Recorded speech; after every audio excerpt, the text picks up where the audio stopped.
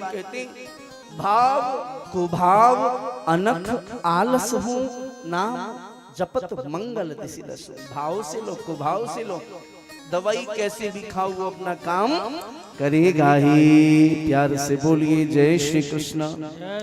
थोड़ा जोर से बोलो ना, जय श्री कृष्ण। और जोर से। मैंने कहा था ना आज जिधर से ज्यादा आवाज आएगी उधर ज्यादा बधाइयां लुटाऊंगा, इसलिए जोर से बोलो जय श्री कृष्ण। ये बात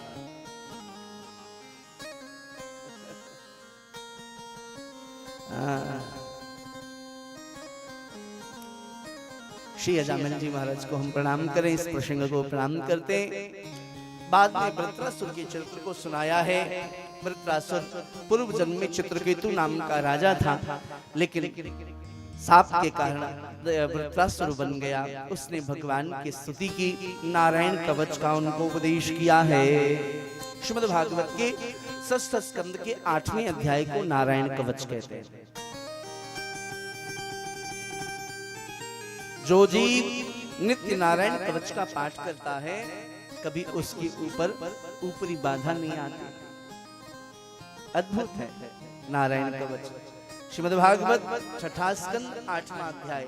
जिसके घर में लगे ऊपरी बाधा है, बहुत परेशानी हो रही है, बलगत नहीं हो रही, बहुत भय का वातावरण है, गंदे स्वप्न आवे, तो उनको नित्य नारायण कवच का पाठ करना चाहिए। गुप्त सहस्राक्ष स्वाहान निपुसैनिकान क्रीडन निवृजित्य त्रिलोक्यावजिष्टियम् भगवस्तनोमाख्या ही ब्रह्मनारायणात्मकं यथातथा हि न शत्रून् येन गुप्तो जन्मधे।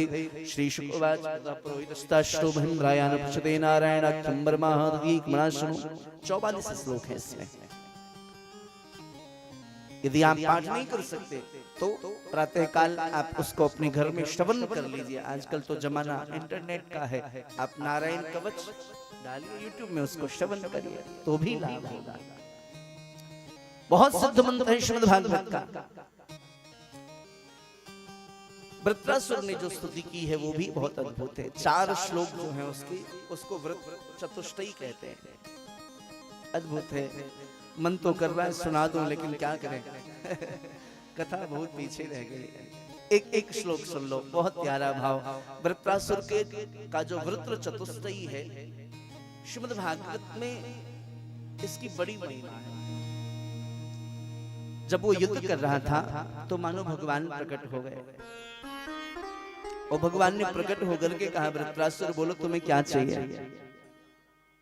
तो वृत्रासुर ने कहा सरकार अब कुछ नहीं चाहिए। बोले कुछ तो मांग लो। तो वृत्रासुर ने बड़ी प्यारी बात कही, ननाक पृष्ठम।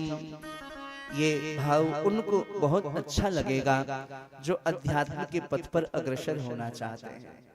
वृत्रासुर की स्तुति आपके साधना का पोषक बन जाएगी। वृत्रासुर कहते हैं ननाक पृष्ठम न जपारमेष्ठ्यम न सार्वभौमम् न रसाधिपत्यम् न योग सिद्धि न पुनर्भवम् वा वाञ्छन्ति वै भगवत प्रपन्ना। भगवान मुझे न नाक पृष्ठम न च पारमिष्ठम, मुझे स्वर्ग की संपत्ति नहीं चाहिए, मुझे वैकुंठ नहीं चाहिए, मुझे रसातल नहीं चाहिए, मैं चक्रवर्ती सम्राट नहीं बनना चाहता। तो क्या चाहिए तुम्हें? बहुत ध्यान से सुनना साधकों। सारे श्लोकों की व्याख्या नहीं करूंगा, बस एक श्लोक अब सुन लेना, आपको समझ में आएगी कैसी भक्ति असुर की।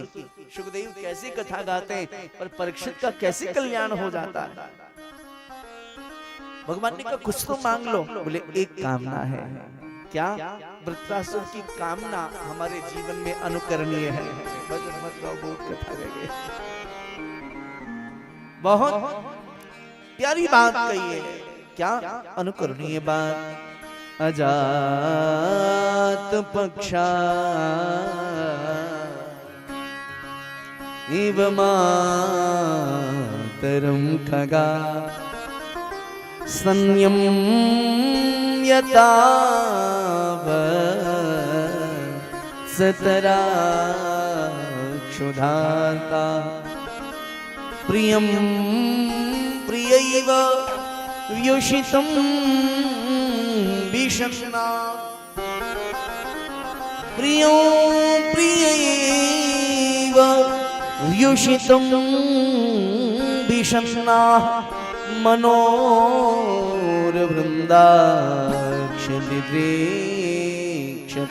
त्वाम् अजात पक्षाः एव मातरं खगास्तन्यं यथा वत्सतरा क्षुधार्ता।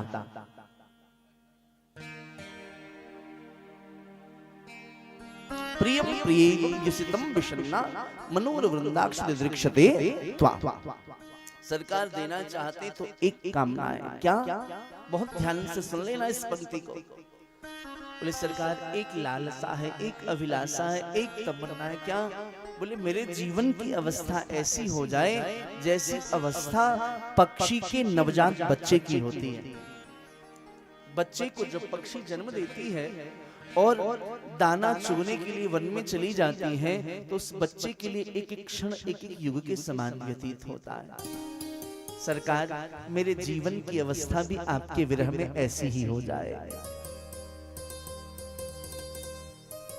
फिर संतोष नहीं हुआ, कहिए उदाहरण ठीक नहीं तो दूसरी बात कही सरकार एक और कामना। बोले क्या? बोले इव मातरम खगा संयम यथा वत्सतरा क्षुधार्ता। गाय जब बछड़े को जन्म देती है और गौ चारण करने के लिए वन में जाती है तो उसका जो बछड़ा है नवजात उसके लिए एक एक पल एक एक युग के समान व्यतीत होता है। सरकार जैसे बछड़ा अपनी माँ गाय की प्रतीक्षा में सुबह से शाम तक ऐसे प्रतीक्षित होता है जैसे युगों से प्रतीक्षा कर रहा हो, सरकार मेरा जीवन भी उस बछड़े की भांति हो जाए। आप मेरी गैया बन जाओ, मैं आपका बछड़ा बन जाऊं। फिर भी संतोष नहीं हुआ। तीसरी बात वृत्रासुर ने बड़ी प्यारी कही।